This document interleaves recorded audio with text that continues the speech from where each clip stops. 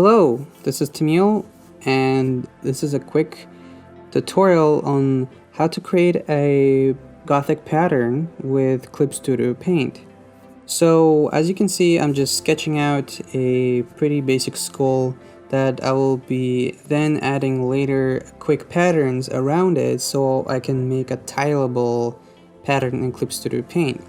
For people who don't know what a tileable pattern is, basically it is a square or any other shape where the pattern repeats itself on left and right side and top to bottom, so you can keep repeating it and enlarging it with any scale, and it will still look like it is one piece. So think about making wallpaper in your apartment. It's the same concept, and I think a lot of artists, they overlook the patterns because they focus on the character and they focus on the environment, but in reality you can actually use patterns and repeatable tileable patterns on many things. So if it's a character, you can use it on the clothing. If it's, for example, a rock or a wall in a room, you can use a tileable pattern like this.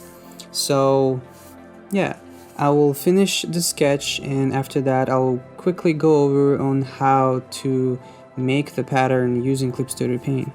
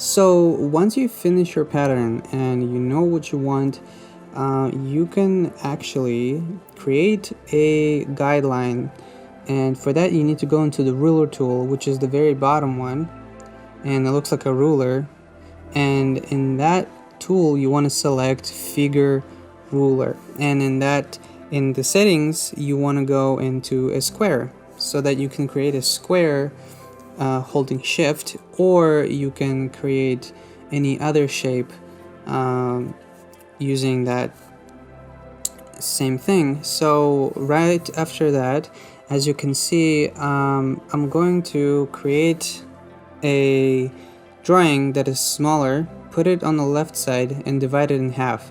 After that, I want to select the drawing, snap it to the ruler. You want to make it live by going to settings in the layers panel. You want to make it live, and you want to copy that or cut it and move it to the right side so that it's repeating. Make sure to hold shift so it doesn't slide down, and make sure that you align it very, very, very precise, because if there's anything wrong, you're going to be able to see the little mistakes if there's like a line in there.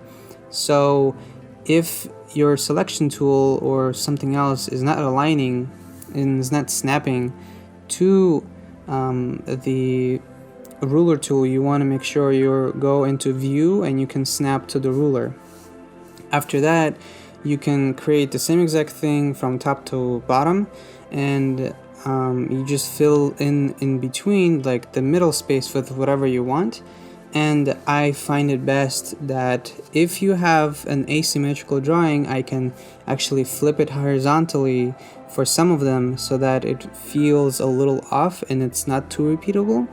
So once you have that, you want to turn off the ruler, you want to merge all of these layers, and you probably should duplicate it before, just in case. And then in the edit option, you can go into materials, and in the edit option you can go into register material, and then after that you click image, and in the image you have many options, and one of the things that you just need to remember is like turn on the checker for tiling and do where you want to save it. So for me, I just went into all materials and I went into downloads, because that's where all the things that belong to me will be, and it's not the Clip Studio Paint one, so I don't get mixed up.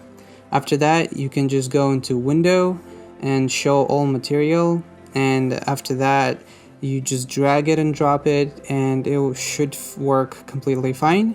And you can scale it, you can rotate it, and after that you can just apply it to anything you want.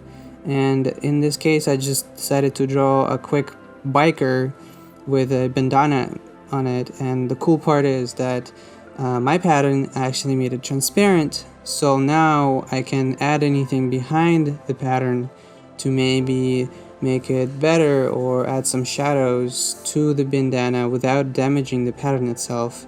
And I can change the color of the pattern, and you can just mask it, don't forget to rasterize it, and that's about it. So happy painting, and I hope this was helpful. Let me know if you have any questions. Have a nice day.